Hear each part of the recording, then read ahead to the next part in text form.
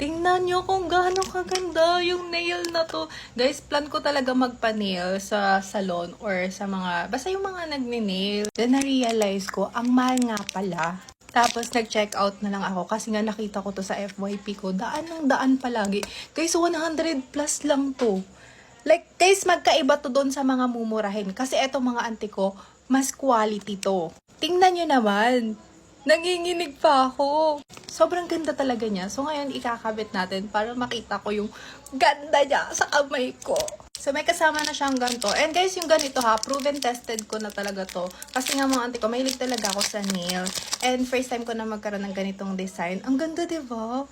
Ang ganda! So, ilalagay natin siya mga auntie ko. Gamit ko lang to para makita ko lang yung ganda niya kapag nasa kamay ko na siya. I mean, kapag nasa kuko ko na siya.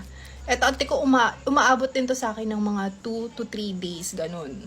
Alam niyo mga auntie ko, yung tamang paglagay talaga nito, dapat gaganito-ganituhan pa. Pero ako, direct lang. Kasi mga auntie ko, kahit ina-direct ko naman siya mga auntie ko, tumatagal din naman siya mga 2 days, ganun. Pero kapag inayos niyo talaga yung paglagay mga auntie ko, talagang mas matagal pa doon.